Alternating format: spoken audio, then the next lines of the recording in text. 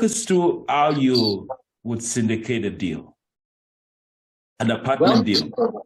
Yeah. So the good thing about like syndicating an apartment is like you are not personally limited by your own personal financials or your personal net worth. So you can buy a bigger apartment complex and scale with it, right? So it's about leveraging, the resources for the betterment of yourself and for your investors also. Yeah. Because a lot of people, I wouldn't say they're unlucky and unlucky or the vice versa, but so many people are just happy with just doing their 9 to 5, right? I mean, it's not for everybody because running a business is a lot of headache. You're taking a lot of personal risk and you have the weight of the responsibility on your shoulders. So it's not for everybody, right? But a lot of people who I've worked with, my friends, my family, and then several people I met in conferences and all of that, they invest with me. They all have 9 to 5. But look, I'm able to make a small change in their life where I can grow their equity. So that is fulfilling as well, right? Yeah. So coming to your question on exactly how you go about syndicating, I would say start small, but not too small. But don't go for a 20 unit or a 30 unit or 40 unit because you will not be able to afford a property management company. There's just not enough revenue for you to be able to. And you need to bring in order for you to scale and do a good job, you need somebody whose day job is to babysit the property on a daily basis. And that's our professional management.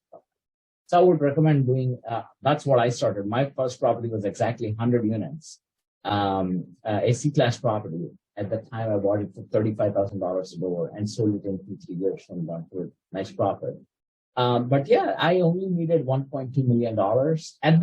I'm saying now I only needed, but at that time I was like scared. Like, oh my God, I got to raise 1.2 million. I never raised $1 in my life. I just did all my deals with my own money. So that is where you partner with somebody who have done that before, right? I mean, if this is your very first deal, there is no replacement for experience, right? I mean, you just don't know what you don't know. Yeah. And especially when you're taking other people's money, you need to have experience yourself. If you have all the experience that you need, that's awesome. But if you don't have to stop there. You need to bring that experience onto the team, right? By bringing a co-GP. And that's exactly what I did, right? So I brought somebody who have done like a half a dozen deals by that time so that I do all the work, but under their supervision, right? So that we are good stewards of investors' money. Of course, we share the compensation and all that. But nobody's trying to get rich off the first deal, second deal, third deal, or even 10th deal, right? I mean, it's a process. It's a process. Yeah, it is a process. Yeah. That is exactly what I did. I brought in somebody. I worked with somebody who have done at least half a dozen deals, and that was my first deal. We together raised one. I did all the work, but under the supervision of an experienced co-GP. And then second deal becomes that much more easier. Third deal much more easier.